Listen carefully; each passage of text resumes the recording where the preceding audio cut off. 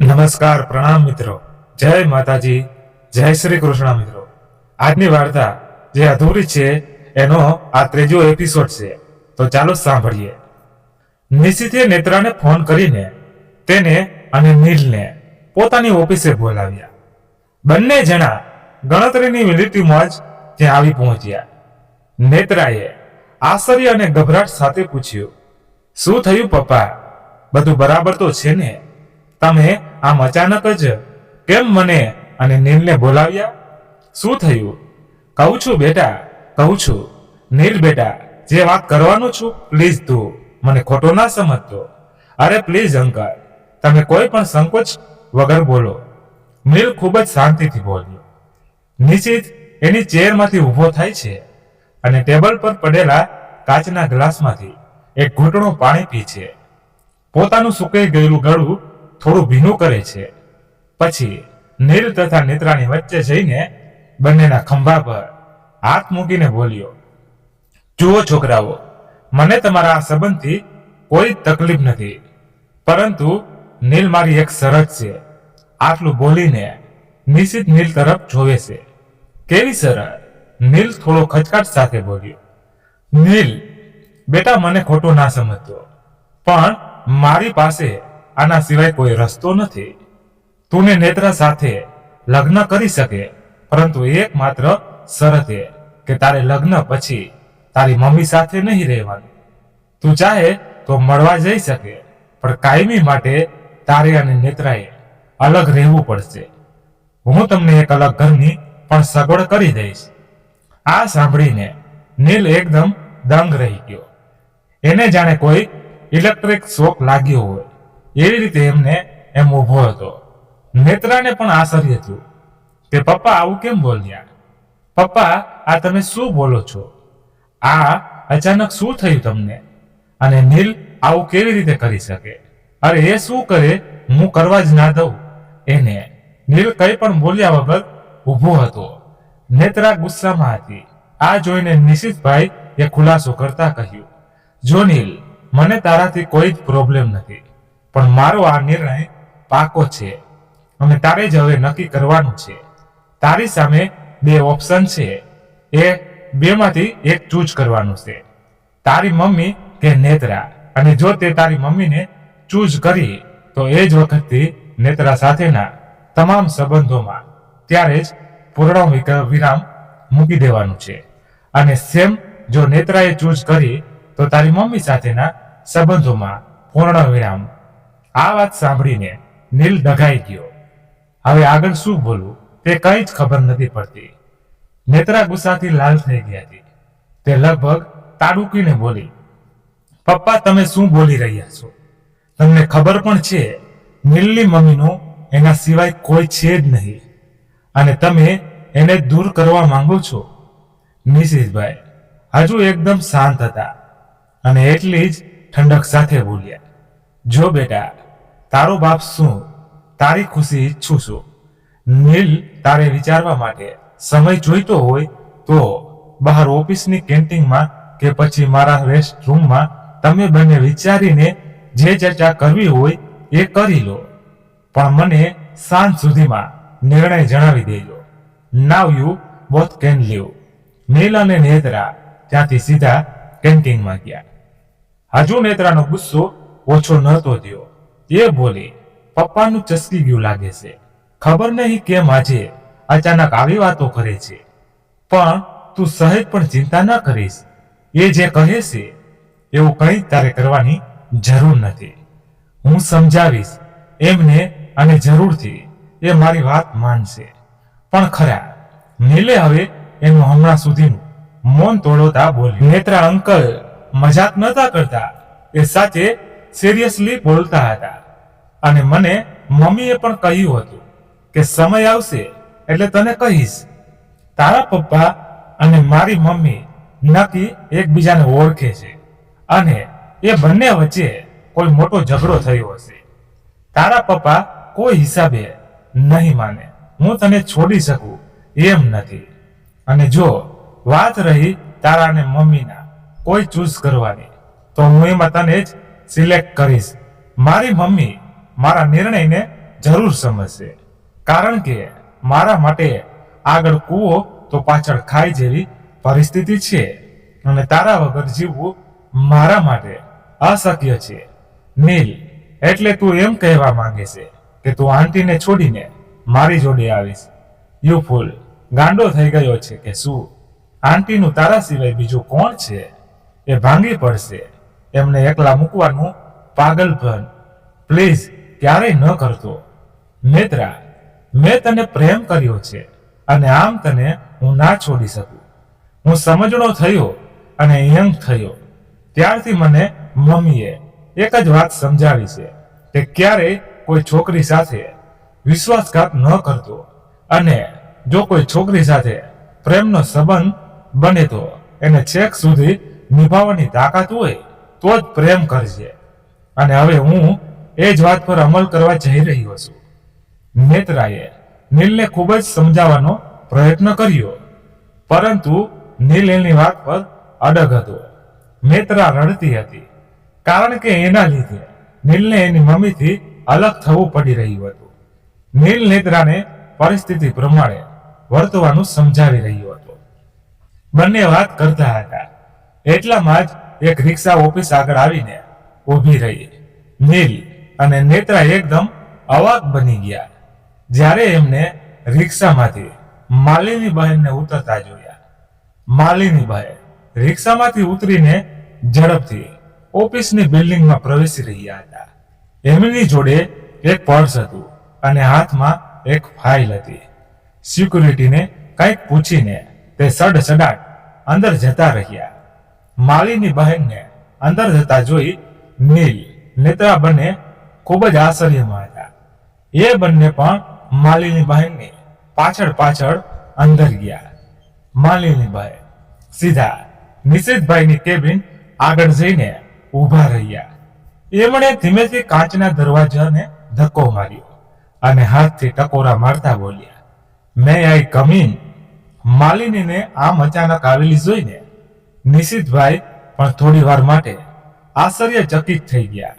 પછી બોલ્યા, ઓહ Mrs Malini Mehta, unexpected, પણ સારું થયું આવી ગયા, નહીં તો હું તમને ફોન કરીને બોલાવવાનો જ હતો. બાય ધ વે, આવવાનું કોઈ ખાસ કારણ? કારણ તો બધા બહુ જ છે. ક્યાંથી શરૂ કરું? માલિની બહેન અટહાસ્ય કરતા બોલ્યા. પોતાનું પર્સ અને ફાઇલ ટેબલ પર મૂકતા બોલ્યા, તમે આજે ઘરે આવ્યા અને ઉતાવળમાં જ નીકળી ગયા.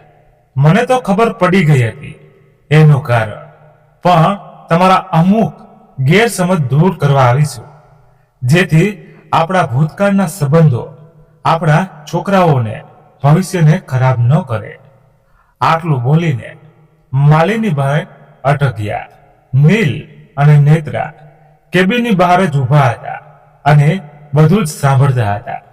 નિશિતભાઈની કેબિનમાં અંદર આવવા માટે પહેલા એક પેસેજમાં દાખલ થઈને જેવા અંદર આવો એવું તરત જ વેઇટિંગ રૂમ આવે, જે અંધ ગોળાકાર હતો અને ત્યાં સોફા ગોઠવેલા હતા. ઓફિસની કેબિન અને વેઇટિંગ રૂમ વચ્ચે કાચનું પાર્ટીશન વોલ હતી. એની આર પાર કોઈ કંઈ જોઈ ના શકે, પરંતુ દરવાજાને અડીને ઊભા રહો તો અંદરની વાતચીત સાંભળી શકાય. નીલ અને નેત્રાએ દરવાજાને અડીને જ ઊભા હતા. અહીંયા અંદર માલિની બહેનની વાત સાંભળીને નિશિતભાઈ વધારે ગુસ્સે થયા અને રીતસર ભડુક્યા. ક્યાં ભૂતકાળના સંબંધોની વાત કરો છો માલિની મહેતા? એટલું સમજી લે માલિની, તું હઈશ ત્યાં સુધી તો ક્યારે હું મારી દીકરીને તારા ઘરે નહીં આવવા દઉં. બાકી રહી વાત ભૂતકાળની, તો જ્યારે મેં લગ્ન કર્યા ત્યારે જ મારા હૃદય અને મન બંનેમાંથી એક જગ્યાએ કબર ખોદીને મારો ભૂતકાળ એમાં દફનાવી દીધો હતો. તારા જેવી સ્ત્રી સાથે હું ક્યારેય મારી દીકરીને રહેવા જ ના દઉં. પછી જોરથી હસીને નિશિત ફરી બોલ્યો, એટલે હવે એકલા રહેવાની ટેવ પાડી લો માલિની મહેતા. તમારો દીકરો બહુ જલ્દી તમને ટાટા બાય બાય કહીને મારી જોડે આવી જવાનું છે. મેં એની સામે એક કન્ડિશન મૂકી છે કે એને મારી દીકરી નેત્રા અને એની માં એ બેમાંથી કોઈ એક વ્યક્તિને પસંદ કરવાની છે, અને જેવું એને જેને પસંદ કર્યું ત્યારે જ બીજી વ્યક્તિ જોડેના તમામ સંબંધો પર પૂર્ણ વિરામ મૂકી દેવાનું. હવે જોઈએ દીકરો કોને પસંદ કરે છે. માલિનીબાઈ હસ્યા અને બોલ્યા, એના જવાબની રાહ શું જુઓ છો? હું જ કહી દઉં છું કે એનો જવાબ શું હશે. તો સાંભળો, એ તમારી દીકરી નેત્રાને જ પસંદ કરશે. આ જવાબ સાંભળીને નિશિતભાઈ તો અવાક બની જ ગયા, પરંતુ બહાર બધી વાતો સાંભળતા નીલ અને નેત્રામાં સ્તન બંધ થઈ ગયા. માલિની બહેન આગળ બોલ્યા, કેમ, જવાબ સાંભળીને ઝટકો લાગ્યો ને? હા હા હા, મારો દીકરો છે નિશિત શાહ. એના એક એક વિચાર અને નિર્ણયથી હું વાકેફ છું, અને તમે હવે આ વાત બેમાંથી એકને પસંદ કરવાની વાત ખોલી છે, તો થોડા ખુલાસા પણ આપી દેવા માંગુ છું, જે કદાચ તમને ખબર નથી, અને એ કહેવા અત્યારે જરૂરી પણ છે. કારણ કે એક સ્ત્રી તરીકે મારું ચરિત્ર તમે જેમ વર્ણવી રહ્યા છો ને, તો એમાં ખરેખર કેટલી હકીકત છે એ તમને ખબર પડે. બસ માલિની, બસ, બહુ થયું હવે. મને તારી કોઈ જ વાત સાંભળવામાં કે કોઈ ખુલાસા સાંભળવામાં કોઈ પણ જાતનો રસ નથી. તું કંઈ પણ કહી શકે, કંઈ પણ કહે, મારી વાત પર અડકશું અને રહીશ. માલિની હવે ગુસ્સામાં બોલી, તને ભલે કોઈ રસ નથી, પણ હવે તો તારે આજે મારી વાત સાંભળવી જ પડશે. નિશિત શાહ, અત્યાર સુધી મેં જે સહન કર્યું અને જેના માટે કર્યું એને ખબર તો પડવી જોઈએ. માલિનીએ ટેબલ પરથી પાણીનો ગ્લાસ ઉઠાવ્યો અને એનો એક ઘૂંટડો ભર્યો. પછી કેબિનની જ મોટી બારી હતી, ત્યાં આગળ બેઠક પર ધીમેથી બેઠી અને બહારની તરફ જોતા ધીમેથી બોલી. હવે માલિનીનો અવાજ એકદમ શાંત અને પહેલાના પ્રમાણમાં ધીમો હતો. માલિની મંદ હસી એને બોલી, નિશિત, તું હજુ પણ મને ભૂલ્યો નથી. ખોટું ના બોલતો, નહીં તો તું તારી દીકરીનું નામ નેત્રા ન રાખ. તું બીજું પણ નામ રાખી શકતો હતો. જો તું મને એટલી જ નફરત કરતો હોય તો તું એ નામ ના રાખ, જે આપણે બંને વિચાર્યું હતું. નિશિત પાસે આ વાત માટેનો કોઈ જવાબ નહોતો, કારણ કે નિશિત અને માલિનીએ મળીને વિચાર્યું હતું કે જો દીકરી આવશે તો એનું નામ નેત્રા રાખીશું. આ બાજુ બહાર નીલ અને નેત્રાને હવે બધી વાત થોડી થોડી સમજાઈ રહી હતી. નેત્રા તરત જ બોલી, નીલ, હવે મને ખબર પડી કે જ્યારે હું પહેલી વાર આંટીને મળી અને મેં ખાલી મારું નામ જ કહ્યું હતું કે નેત્રા, અને તરત જ આંટી બોલ્યા હતા કે તારા પપ્પાનું નામ નિશિત શાહ છે ને. મને ત્યારે જ લાગ્યું હતું કે આંટી પપ્પાને ઓળખતા હશે. હા નેત્રા, તું ગઈ એ પછી મને મમ્મીએ કહ્યું હતું કે સમય આવે તને કહીશ. અંદર કેબિનમાં સન્નાટો હતો. આ શાંત વાતાવરણ અને નિશિતનું મોડ ઘણું બધું કહેતું હતું. એ નીરવ શાંતિને તોડતા માલિની બોલી, મને ખબર છે કે આ વાતનો તારી પાસે કોઈ જવાબ નથી. ખેર, જવા દે એ વાત. હવે વાત મારા તારાથી અલગ થવાની. આ વાત સાંભળવા માટે તારે હિંમત જોઈએ. નિશિત શાહ ઊભો હતો, પરંતુ એને એનો ભૂતકાળ ફરી યાદ કરવાની ઈચ્છા નહોતી. એ વાતનો ખ્યાલ આવી જતા માલિની તરત બોલી, તારે નહીં સાંભળવું હોય તો પણ તારે આજે તો સાંભળવું જ પડશે. નિશિત શાહ. અને પછી માલિનીએ ભૂતકાળના એક પછી એક રહસ્યો ખોલવાના શરૂ કર્યા. આ બાજુ બહાર નીલ અને નેત્રા પણ જાણવા માટે ઉત્સુક હતા. તે બંને આ બધી વાતો ચૂપચાપ સાંભળી રહ્યા હતા. માલિનીએ એના ખુલાસા આપતા કહ્યું, જિંદગી પણ કેવી વિચિત્ર છે નહીં નિશિત? આજથી 28 વર્ષ પહેલા હું જ્યાં હતી આજે પણ હું મારી જાતને ત્યાં જ મહેસૂસ કરી રહી છું. એક સંબંધોની કસોટી મેં એ વખતે પણ આપી હતી, અને એવી જ કંઈક વસોટી પર આજે મારો દીકરો છે. એ વખતે જે તારા મા બાપે કર્યું હતું એવું જ કંઈક આજે તું કરી રહ્યો છે. ફરક માત્ર એટલો છે કે હું મારા પ્રેમથી અલગ થઈ હતી અને મારા દીકરાને પ્રેમ મળી રહ્યો છે. ત્યારે પણ મેં જ કસોટી આપી હતી અને આજે પણ હું જ કસોટી આપી રહી છું. દરેક વખતે ભોગ તો મારે જ આપવો પડે છે ને. પહેલી વખતે તારો આપ્યો હતો, આ વખતે નીલનો. કેમ નિશિત, આશ્ચર્ય થાય છે? નિશિતના ચહેરા પર આશ્ચર્યની રેખાઓ સાફ કહેતી હતી કે માલિની શું કહેવા માંગે છે તે એને કંઈ જ સમજાતું નથી. કન્ફ્યુઝ ના થઈશ નિશિત, કહું છું બધું જ કહું છું. એક વાત કહીશ. આજે તે આપણા લગ્નની જીત પકડી હતી. ખાવા પીવાનું બંધ કરી દીધું હતું અને પછી તારા મમ્મી પપ્પા માની ગયા એ જાણવા તે મને ફોન કર્યો હતો અને પછી આપણે મળ્યા હતા અને મંગળવારે શિવ મંદિરમાં લગ્ન કરવાના હતા. આપણે મળ્યા ત્યારે શનિવાર હતો. હા, આશ્ચર્ય થાય છે ને તને કેમ મને બધું જ હજુ પણ યાદ છે? માલિનીએ નિશિતના ચહેરા પર હાવભાવ જોઈને વ્યંગમાં હસી અને આગળ એની વાત શરૂ કરી અને પોતે ભૂતકાળમાં સરી ગઈ. માલિનીએ પોતાની આપવીતી કહેવાની શરૂ કરી. એ વખતે રવિવારનો દિવસ હતો અને સવારે 8 વાગે મારા ઘરનો ફોન રણક્યો. મેં ફોન રિસીવ કર્યો. હેલો, કોણ બોલો? હેલો બેટા, હું કાંતિભાઈ બોલું, નિશિતના પપ્પા. ઓહ, જય શ્રી કૃષ્ણ અંકલ. બોલો બેટા, એક વાત કરવી છે તારી સાથે, અગત્યની છે, તો તું આવી શકીશ અહીંયા? અરે અંકલ, એમાં પૂછવાનું થોડું હોય, હું આવી જઈશ. બોલો કેટલા વાગે આવું? 10 થી 12 ની વચ્ચે ગમે ત્યારે આવી શકે છે. સારું, હું આવી જઈશ. આટલું કહીને મેં ફોન મૂક્યો અને પછી 10 વાગે હું તારા ઘરે જવા રવાના થઈ. હું ઘરે આવી ત્યારે તું ત્યાં હાજર નહોતો. કપડાની ખરીદી કરવા ગયો હતો. મને જોઈને અંકલ અને આંટી બંને ખુશ થઈ ગયા. મને સોફા પર બેસાડી. પહેલા શરૂઆતમાં તો બધાના ખબર અંતર પૂછ્યા, પછી મેઇન વાત પર આવ્યા અને બોલ્યા, માલિની બેટા, મેં પહેલા પણ કહ્યું હતું કે તું જે ઘરે જઈશ એ ઘરને સ્વર્ગ બનાવીશ. તું ખૂબ જ સુશીલ અને સંસ્કારી છોકરી છે, પરંતુ મારું માન સન્માન અને મોભો ખૂબ જ છે. અમારા સમાજમાં મારું સ્નાન ખૂબ જ ઊંચું છે.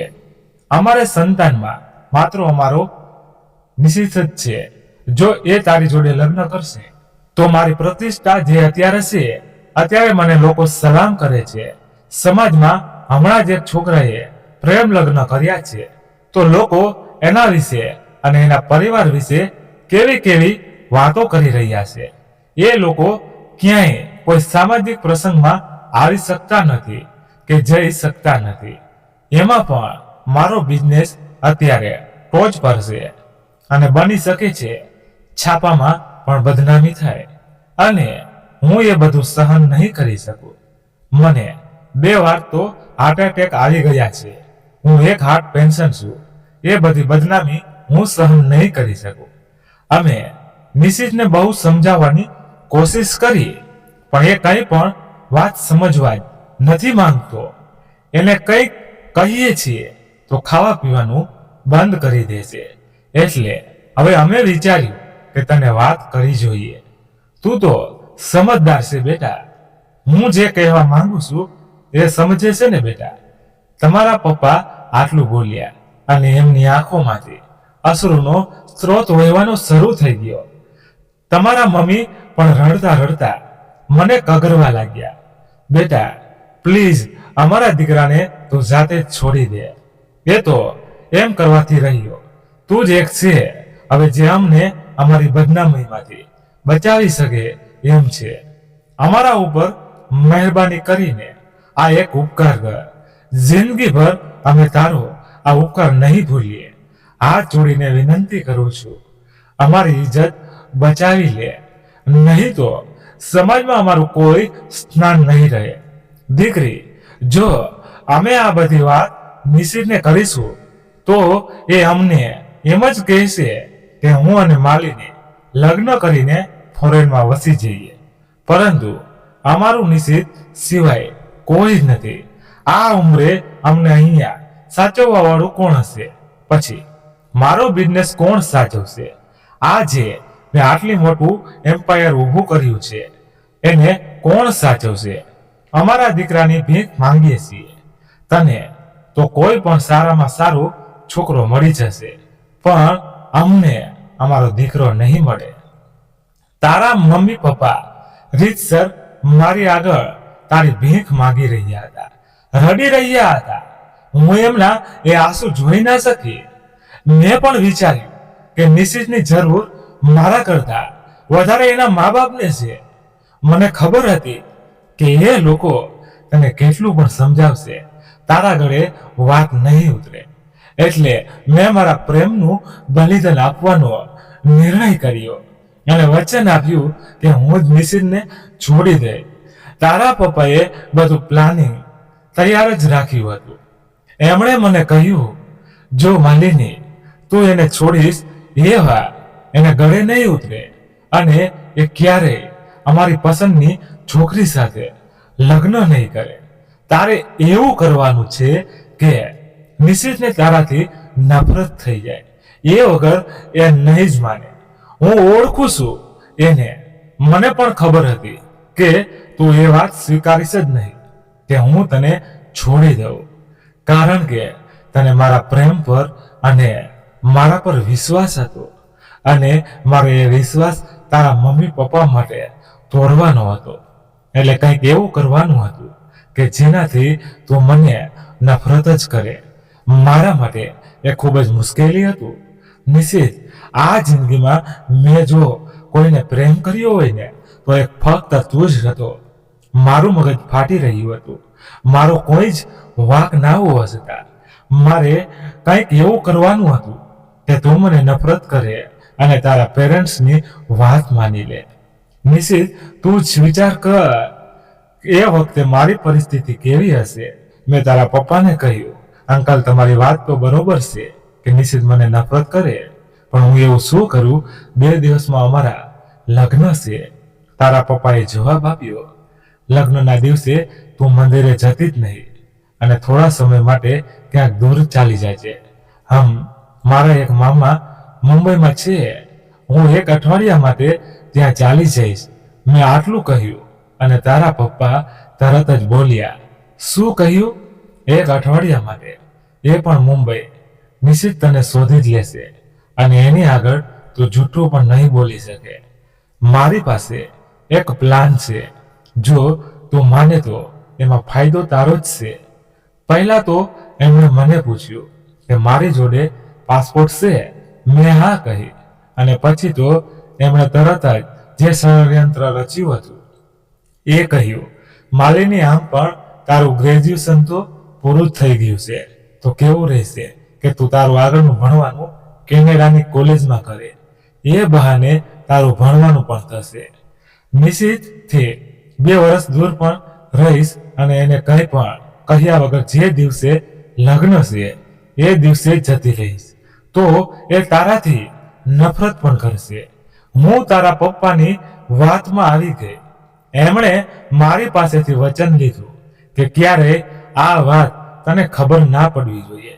એમણે જ મારી ફ્લાઇટની ટિકિટ કરાવી, 2 વર્ષની કોલેજની ફી ભરી દીધી અને ત્યાં મારા નામનું એક બેંક એકાઉન્ટ ખોલાવીને એમાં અમુક પૈસા પણ ટ્રાન્સફર કરી દીધા. મારા રહેવાની સગવડ પણ કરી દીધી. હું આશ્ચર્યમાં પડી ગઈ કે આટલું જલ્દી કેવી રીતે બધું થઈ ગયું. લોચો એક પડ્યો. ફ્લાઇટની ટિકિટ સવારની ના થઈ શકી, એ રાતની હતી. જે થયું એ બધું તારા પપ્પાના પ્લાન મુજબ જ થયું. જે સ્ટોરી બની એ પણ હું બેગ્સ પેક કરીને રિક્ષામાં નીકળી અને સીધી નિત્યાના ઘરે પહોંચી ગઈ. મેં તને આગલી રાત્રે ફોન કર્યો હતો, યાદ છે? તને મેં કહ્યું હતું કે તારી માલુ પર વિશ્વાસ રાખજે, એના પ્રેમ પર વિશ્વાસ રાખજે. એ એમ જ નહોતું કહ્યું એ ફોન મૂક્યા પછી હું કેટલું બધું રડી હતી, કારણ કે મને જ ખબર હતી કે આ ફોન મારી જિંદગીનો તને છેલ્લો અને આખરી ફોન હતો. એ વાત પણ છેલ્લી હતી. એના પછી ક્યારેય મારે તને કોઈ જ કોન્ટેક્ટ કરવાનો નહોતો. માલિની હવે બધી જ વાત રડતા રડતા કરે છે, કારણ કે એનો એ ભૂતકાળ, એનો એ નિર્ણય ખૂબ જ કઠિન હતો. ફક્ત નિશિતના મા બાપ માટે માલિની એના પ્રેમનો ત્યાગ કરવા જઈ રહી હતી. એ બધી વાતો એના માટે સરળ નથી. એ વાતો યાદ કરવા માત્રથી એ ધ્રુજી હતી. અને અત્યારે તો એની સામે નિશિત જેના માટે એને બલિદાન આપ્યું, ત્યાગ આપ્યો, એ અત્યારે એને બદચલન સ્ત્રી તરીકે સમજે. એ કેવી રીતે કોઈ પણ સ્ત્રી સહન કરી શકે? માલિની એની વાત હવે આગળ વધારતા કહે છે, નિત્યના ઘરે બેગ્સ મૂકીને હું મંદિરે આવી. ત્યાં તને જોયો, ખૂબ જ સુંદર લાગતી હતી. તને એ શેરવાની તને જોઈને ખૂબ જ રડી હતી.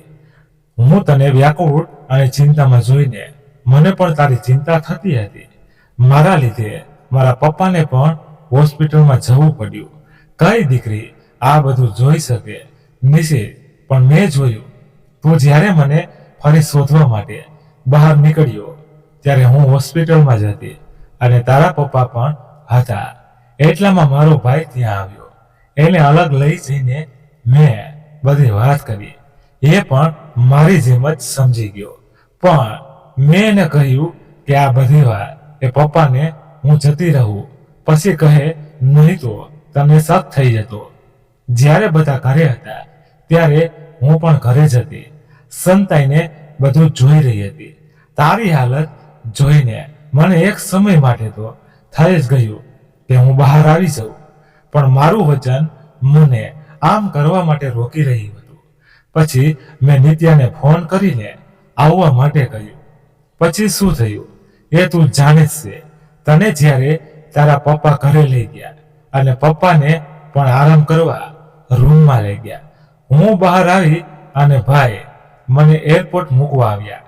અમે બંને એકબીજાને ભેટીને ખૂબ જ રડ્યા અને એ રીતે હું કેનેડા પહોંચી.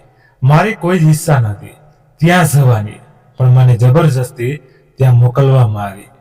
ત્યાં પહોંચી ગયા બાદ 1.5 વર્ષે મને ખબર પડી કે આ બધું જ કાંતિ શાહનું ષડયંત્ર હતું. એ બિઝનેસ ગેમ તો રમતા જ હોય છે અને આ પણ એક બિઝનેસ ગેમ જ હતી. મિહિર અગ્રવાલ, જે અગ્રવાલ ગ્રુપ એન્ડ ફાઇનાન્સના ચેરમેન અને તારી પત્ની સાલુના પિતા છે. એમણે તારા પપ્પાને એક બિઝનેસ પાર્ટીમાં મળ્યા હતા અને કહ્યું હતું કે જો સાલુના લગ્ન તારી સાથે થશે તો અત્યારે એમનો જે બિઝનેસ છે એ એનાથી પણ વધારે બુલંદીઓ હાંસલ કરશે, કારણ કે અગ્રવાલ ગ્રુપ એ વખતે જ ખૂબ ટોચ પર હતું. સાલુએ તને એવી જ એક પાર્ટીમાં પહેલા જોયો હતો અને ત્યારથી જ એ તારા પ્રેમમાં પડી ગઈ હતી. સાલુ કોઈ પણ હિસાબે તારી સાથે લગ્ન કરવા માંગતી હતી. જ્યારે મિહિર અગ્રવાલને આપણા સંબંધની ખબર પડી ત્યારે એમણે તારા પપ્પા જોડે બેસીને આખી વ્યૂહરચના ઘડી. સરવાળે તારા મમ્મી પપ્પાનો બધો જ ઇમોશનલ ડ્રામા મને તારી જિંદગીમાંથી હટાવવાનો હતો. મને તો એ પણ ખબર ના પડી હોત, પણ મારી જ કોલેજમાં ભણતી અને મારી ફ્રેન્ડ એ સાલુની ખૂબ જ નજીકની ફ્રેન્ડ નીકળી. જ્યારે તમારા લગ્ન નક્કી થયા ત્યારે સાલુએ એને ફોન કર્યો કે એ લગ્નમાં જરૂરથી આવે અને ત્યારે એણે મને આ બધી વાત કરી. એને ખબર જ નહોતી કે એ ષડયંત્રનો ભોગ બનનાર હું જ છું. એણે મને કહ્યું કે સાલુને માત્ર નિશિત જ જોઈતો હતો અને એની પ્રેમિકા એને છોડીને જતી રહી. પછી એની હાલત ખૂબ જ ખરાબ થઈ ગઈ હતી. કાંતિભાઈ પણ અચાનક બીમાર પડી ગયા અને બિઝનેસ સાંભળવાનો વારો નિશિતનો આવ્યો. પણ એનું ધ્યાન હજુ એની પ્રેમિકામાં જ હતું. નિશિત તમારો બિઝનેસ લોસ કરી રહ્યો હતો અને તું સાલુ જોડે લગ્ન કરે તો જ બિઝનેસ બચાવી શકાય. એવી પરિસ્થિતિ સર્જવામાં આવી હતી. મને આ બધી ખબર પડી ત્યાં સુધી બહુ મોડું થઈ ગયું હતું. તું મને નફરત કરવા લાગ્યો હતો. આ બધું સાંભળીને નિશિતના પગ તળેથી જમીન ખસી ગઈ. એક પળ માટે તો એને લાગ્યું કે એ ચક્કર ખાઈને પડી જ જશે. નિશિત પડવાનો જ હતો અને એની જોડે પડેલી ખુરશીનો સહારો લીધો. ત્યાં જ માલિનીએ એને સંભાળી લીધો અને ખુરશીમાં બેસાડ્યો. નિશિતે સીધો જ એની મમ્મીને ફોન કર્યો અને માલિનીએ જે પણ કંઈ કહ્યું હતું એના વિશે પૂછ્યું. મમ્મી, મેં તને જે કંઈ પણ કહ્યું એ શું એ વાત સાચી છે? નિશિતની મમ્મીએ રડતા રડતા જવાબ આપ્યો, હા બેટા, એ બધી જ વાત સાચી છે. તારા પપ્પા વધારે ફાયદા અને નફાની લાલચમાં આવી ગયા હતા. માલિનીના ગયા પછી તને આમ જોઈને અમને પણ નહોતું ગમતું, પણ મીરભાઈએ તારા પપ્પા જોડે સ્ટેમ્પ પેપર પર લખાણ લઈને સહી કરાવી હતી કે તારા લગ્ન સાલુ જોડે જ થશે, એટલે એ પણ કંઈ કરી શકે એમ નહોતા. અમને માફ કરી દે બેટા. અને સૌથી વધારે અન્યાય તો માલિની સાથે થયો છે. એને અમારા માટે બલિદાન આપ્યું, ત્યાગ આપ્યો અને અમે એની સાથે છેતરપિંડી કરી. આટલું સાંભળીને નિશિતે તરત જ ફોન કાપી નાખ્યો. માલિની, તું આટલું બધું સહન કરતી રહી અને મને ખબર પણ ના પડી. મને એ પણ ખબર ના પડી કે મારી સાથે લગ્નના સપના જોતી માલિની અચાનક આમ આવી રીતે તો ગુમ ના જ થાય. મને એકવાર તો મળે, વાત કરે, હું કેમ કઈ સમજી ના શક્યો. I am sorry Malini, really very sorry.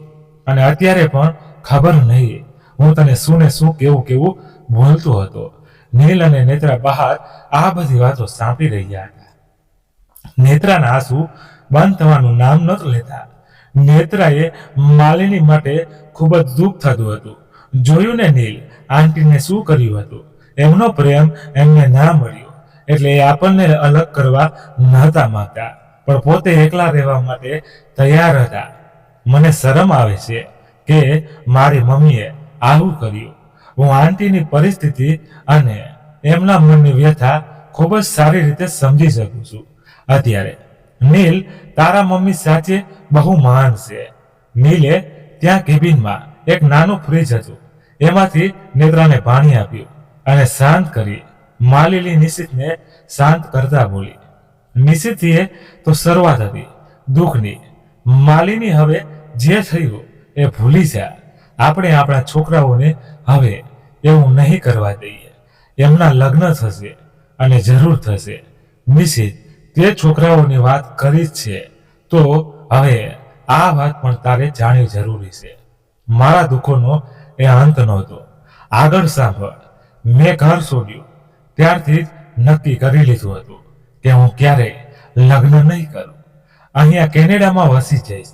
મારું ભણવાનું પૂરું થયું અને કેમ્પસ ઇન્ટરવ્યુમાં મને તે એક સારી કંપનીમાં જોબ મળી ગઈ.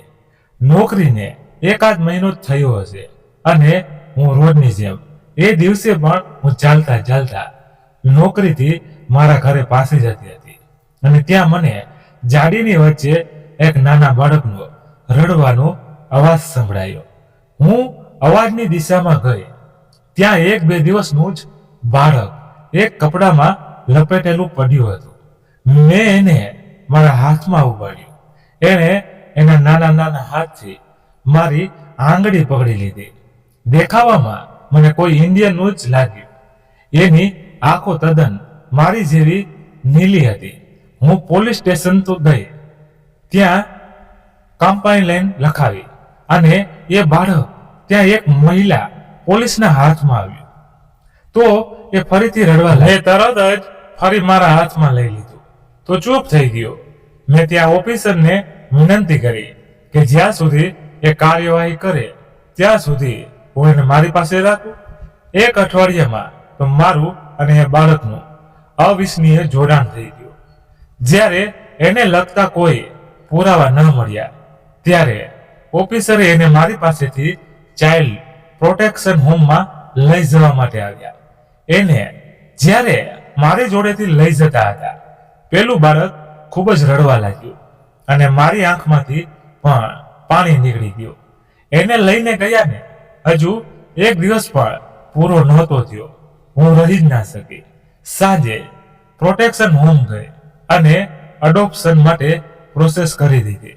હા નિશિત, નીલ મારો બાયોલોજીકલ સન નથી, પણ એના કરતા પણ વધારે છે. આપણે આપણા દીકરાનું નામ નીલ રાખવાનું નક્કી કર્યું હતું ને, એટલે મેં એનું નામ પણ નીલ જ રાખ્યું. અને એ નામ એની નીલી આંખોને અનુરૂપ પણ હતું. મેં ઘરે જાણ કરી અને નીલ 1 વર્ષનો થયો ત્યારે મેં નક્કી કર્યું કે નીલને લઈને હંમેશા માટે ઇન્ડિયા ચાલી જાઉં. એને લઈને ઇન્ડિયા. આથી પણ લોકો મારો જીવ ખાઈ ગયા. કોઈ સામે તો નહોતું બોલતું, પણ બધા પીઠ પાછળ એવું જ કહેતા હતા કે આ બાળક ચોક્કસ માલિનીનું જ હશે, પણ એના પર કોઈ આંગળી ન કરે. એટલે આ વાર્તા ઉપજાવી કાઢી છે. જ્યાં સુધી બીજા કહેતા હતા ત્યાં સુધી તો મને કોઈ અસર નહોતી થઈ, પણ જ્યારે મારા પપ્પાએ મને સવાલ કર્યો કે નીલ સાચે જ મારો દીકરો છે, ત્યારે મારાથી સહન ના થયું. જ્યાં સુધી બીજા બહારના બોલતા હતા ત્યાં સુધી ઠીક હતું, પણ પરિવારના જ જ્યારે આંગળી કરે ને એટલે સહન કરવું અસહ્ય હોય છે. પપ્પાએ મને કહ્યું કે જો નીલ મારો દીકરો જ ના જ હોય તો હું એને અનાથ આશ્રમમાં મૂકી દઉં. નિશિત એ નાનકડી જાન મારા સહારે હતી. જન્મતાની સાથે એને એની માએ ત્યજી દીધો. હવે જ્યારે મેં એને રાખ્યો તો હવે હું એને કેવી રીતે ત્યજી દઉં? એ હવે મારો દીકરો હતો. હવે આખરી ફેસલો મારો હતો કે મારે શું કરવું છે. હું નીલને લઈને અહીંયાથી ઇન્ડિયામાં તો બિલકુલ રહેવા નથી માંગતી કે જ્યાં મારા અને મારા દીકરા માટે કોઈ માન કે સ્નાન ન હતું. બધા મારી તરફ જે નજરથી જોતા હતા તે જોઈને મેં ત્યારે નિર્ણય કરી લીધો કે આ વાતાવરણ મારે અને ખાસ તો નીલ માટે યોગ્ય નથી. હું ક્યારેય નીલને એ વાતની જાણ થવા દેવા માંગતી નથી કે એ મારો દત્તક લીધેલો દીકરો છે. હું એ નિર્ણય સાથે કેનેડા ચાલી ગઈ કે હવે હું ફરી ક્યારેય ઇન્ડિયા પાછી નહીં આવું. ત્યાં જઈને મેં ફરી મારી જોબ ચાલુ કરી અને સિંગલ મધર બનીને મેં નીલને ઉછેર્યો અને મોટો કર્યો. ક્યારેય એને એના પિતા નથી તો એને તકલીફ પડી એવું ફીલ જ ના થવા દીધું. એને જે જોઈએ એ બધી જ સગવડો એને મેં પૂરી પાડી. એના સ્ટડીમાં પણ મેં પૂરતું ધ્યાન આપ્યું. નિશ્ચિત આ સમાજને હજુ સુધારવાની જરૂર છે. મેં મારા જીવનમાં સંબંધોની કસોટી બહુ આપી. પહેલા મારો પ્રેમ છૂટ્યો, પાછી મને જીવવાનો એક સહારો મારો નીલ મળ્યો તો એને પણ સમાજે ના સ્વીકાર્યો. નીલ પાછી મારી જિંદગી બની ગઈ. કુદરત તો જો કેવી કમાલ કરે છે. મારા દીકરાને પ્રેમ થયો તો એ પણ તારી દીકરી શોધે. પણ મેં જે સહન કર્યું એ ક્યારેય મારા દીકરાને હું સહન નહીં કરવા દઉં. અને એટલે જ આજે હું અહીંયા તારી ઓફિસે બધી વાતો સ્પષ્ટ કરવા આવી હતી, જેથી મારા જેવી કોઈ સંબંધોની કસોટી મારા દીકરા નીલ ને કે નેત્રાને ના આપવી પડે. માલિની સાચે તું મહાન છે. તે જે કર્યું એ માત્ર એક સ્ત્રી જ કરી શકે છે. તે આટલી બધી મુસીબતો સહન કરી, પહેલા મારા માટે અને પાછી નીલ માટે. સારું થયું તું આજે અહીંયા આવી, નહીં તો આજે ફરી મારાથી એક અનર્થ થઈ જતો. અત્યારે મને એટલો બધો પસ્તાવો થાય છે ને, શરમ આવે છે મને મારા પર. I am really sorry. Malini please મને માફ કરી દે. આ બાજુ બહાર નીલને જ્યારે અસલિયતની ખબર પડી કે એ માલિનીનો સગો દીકરો નથી, ત્યારે એને પણ રડી રડીને આંખો લાલ થઈ ગઈ હતી. એની આંખમાં પાણી સુકાવાનું નામ નહોતું લેતું. નેત્રા નીલને ચૂપ કરવા બહુ હતી, પણ એની આંખમાંથી કે પ્રેમ અને વાત્સલ્યનો દરિયો ઉભરાતો હતો. એ એમ એટલી જલ્દી શાંત થઈ એમ નહોતો.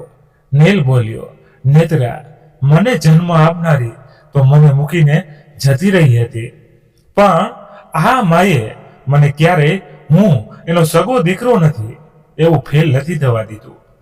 હું બીમાર હોઉં ત્યારે આખી રાત મારી જોડે જાગે. હું એને પપ્પા વિશે પૂછતો તો કહાની બનાવી દેતી. એને મારા માટે કેટલું સહન કર્યું, અને આજે હું શું કરવાનો હતો, જેને મારા માટે એના મા બાપ અને સગા સંબંધીઓને છોડ્યા, એના દેશને છોડ્યો, એને હું આજે છોડવા જઈ રહ્યો હતો. હું કેટલી મોટી ભૂલ કરવાથી બચી ગયો. અંદર અને બહાર બંને તરફ પશ્ચાતાપ રૂપી વરસાદ આંખોમાંથી નિર્બળ જળ રૂપે વરસી રહ્યા હતા. એ જ મહિનામાં નીલ અને નેત્રાના લગ્ન થઈ ગયા. માલિનીએ બધો જ પ્રેમ નેત્રાને આપતી હતી, જે મના પ્રેમથી એ વંચિત હતી.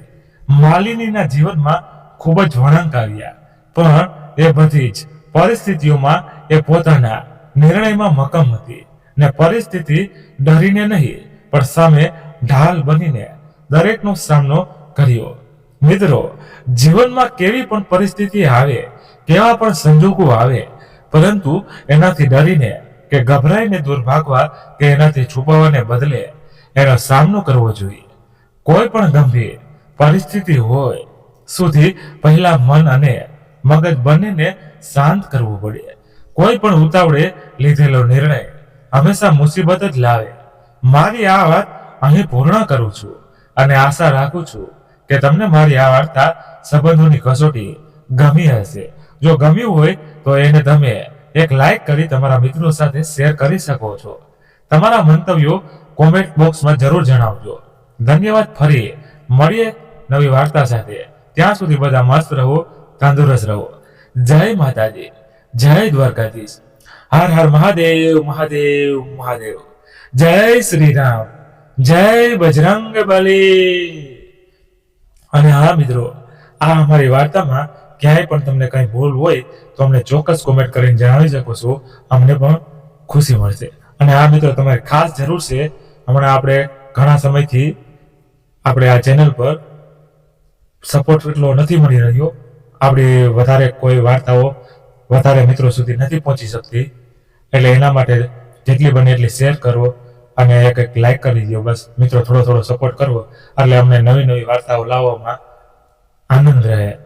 કેમ કે તમે વાર્તા આગળ મોકલો તો અમારી વાર્તા કંઈક ઘણા મિત્રો સુધી પહોંચે, એટલે અમને એક નવી વાર્તા લાવવામાં ખૂબ જ આનંદ થાય. નકર અમે ડિમોટિવેશન થઈ જાય કે અમારી વાર્તા હવે કોઈ સાંભળી નથી રહ્યું, તો હવે આપણે શું વાર્તા બનાવી. એટલે મિત્રો, જેમ બને એમ થોડો થોડો સપોર્ટ બતાવતા રહ્યો, શેર કરતા રહ્યો અને લાઈક કરતા રહ્યો, અને પૂરી વાર્તા સાંભળીને આનંદ માણતા રહ્યો.